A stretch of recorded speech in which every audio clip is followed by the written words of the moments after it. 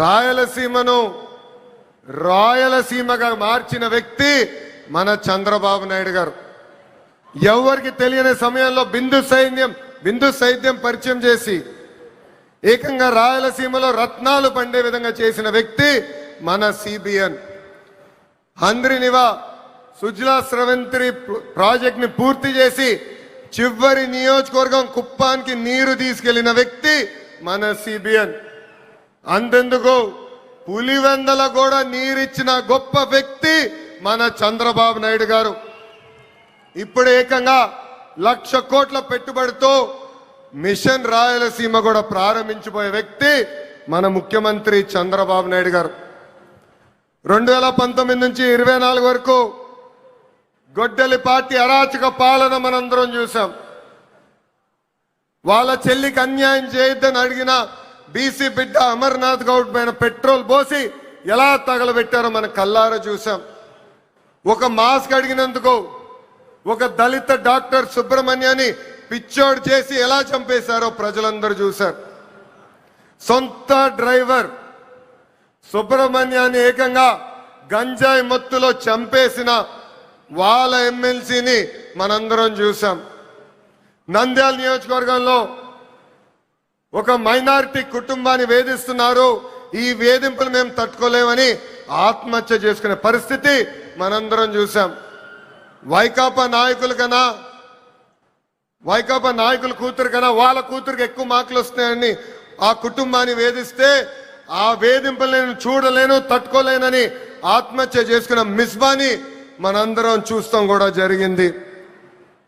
ఆనాడు అన్నారు తెలుగుదేశం పార్టీ జెండా లేకుండా చేస్తామన్నారు, ప్రజలే ఈరోజు వాళ్ళ జెండా పీకేస్తాం జరిగింది. వై నాట్ 175 అని చెప్తే ఏకంగా టీమ్ 11 ప్రజలు వాళ్ళకి తీర్పిస్తాం కూడా జరిగింది. సిద్ధం అంటే యుద్ధానికి రెడీ అని తీర్పిచ్చింది ఆంధ్ర రాష్ట్ర ప్రజలు. అసెంబ్లీలో అడుగుపెట్టనయ్యో అన్నారు, ఏకంగా ప్యాలెస్ గోడలు బద్దలు కొట్టి చంద్రబాబు నాయుడు గారు ముఖ్యమంత్రి చేసిన ఘనత మా పసుపు సైన్యాన్ని. ఇప్పుడు రపరప్ప అంటున్నారు. రపరప్ప అంటే చూస్తూ మేము ఊరుకోం, ఎర్ర బుక్కు దాని పని చేసుకుంటూ వెళ్తుందని ఈ సభాముఖంగా ఆ కుర్ర బ్యాచ్కి నేను హెచ్చరిక జారీ చేస్తున్నా. ప్రజాప్రభుత్వం 2 ఏళ్ల పాలనలో సుపరిపాలన అందించాం, అన్ని చేశామని కాలు రెగరేసుకుని మేము తిరగట్లేదు. కానీ ఎన్ని ఆర్థిక ఇబ్బందులున్నా ఇచ్చిన హామీలు ఒక పద్ధతి ప్రకారం నిలబెట్టుకుంటూ వెళ్తున్నాం.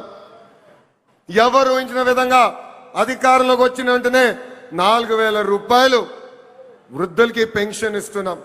వికలాంగులకి 6,000 రూపాయలు బెడ్కే పరిమితం అవుతే 15,000 రూపాయలు పెన్షన్ ఇస్తున్న ఏకైక ప్రభుత్వం ఆంధ్ర రాష్ట్రంలో ఉన్న ఎన్డీఏ ప్రభుత్వం. అంతేకాదు మూసేసిన అన్న క్యాంటీన్లు తిరిగి ప్రారంభించాం. డిఎస్సి ద్వారా 16,000 టీచర్ పోస్టులు భర్తీ చేశాం, 6,000 కానిస్టేబుల్ పోస్టులు భర్తీ చేశాం. ఏకంగా మన జాబ్ క్యాలెండర్ విడుదల చేసి సంవత్సరం పూర్తయ్యే లోపల 10,000 ఉద్యోగాలు కూడా భర్తీ చేసే బాధ్యత ఎన్డీఏ ప్రభుత్వం తీసుకుంటుంది.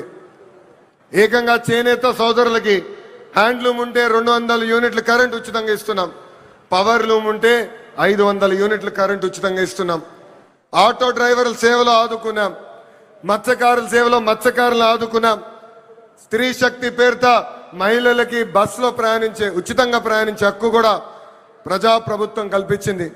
దీపం పథకం ద్వారా ఉచితంగా గ్యాస్ సిలిండర్లు కూడా మా తెలుగింటి ఆడబడుచులకి పంపిస్తాం కూడా జరుగుతుంది. ప్రజాప్రభుత్వం నినాదం ఒకటే, ఒకే రాష్ట్రం ఒకే రాజధాని కానీ అభివృద్ధి వికేంద్రీకరణ. ఇప్పుడే మాధవ్ గారు చెప్పినట్లు భారతదేశంలో 100 రూపాయలు పెట్టుబడులు వస్తే దాంట్లో 25 రూపాయలు ఆంధ్ర రాష్ట్రాన్ని ఎత్తుకుంటా వస్తుంది. ప్రజలందరూ ఒక్కసారి ఆలోచించాలి. గూగుల్ ఆర్సిలర్ మిత్తల్ ఉత్తరాంధ్రకి తీసుకెళ్లాం, రాజధాని క్వాంటమ్ కోస్తాంధ్రకి తీసుకొచ్చాం. ఏకంగా ఫైటర్ జెట్లు రాయల్ ఎన్ఫీల్డ్ ఈ రోజు రాయలసీమకి తీసుకొచ్చిన ఘనత ఒక ఎన్డీఏ ప్రభుత్వాన్ని. మనది గొడ్డలి, మనది గూగుల్, వాళ్ళది గొడ్డలి. మంది ఫైటర్ జెట్, వాళ్ళది ఫ్యాక్షన్. మంది కియా, వాళ్ళది కిడ్నాప్. మంది క్రెడిబిలిటీ, వాళ్ళది క్రిమినాలిటీ, మంది డెవలప్మెంట్, వాళ్ళది డిస్ట్రక్షన్. మంది బుల్లెట్ అవుతే వాళ్ళది బూతులు. మనం మహిళలకి 33% రిజర్వేషన్ ఇస్తే ఏకంగా తల్లిని చెల్లిని మెడబట్టి బయటికి గంటేసిన చరిత్ర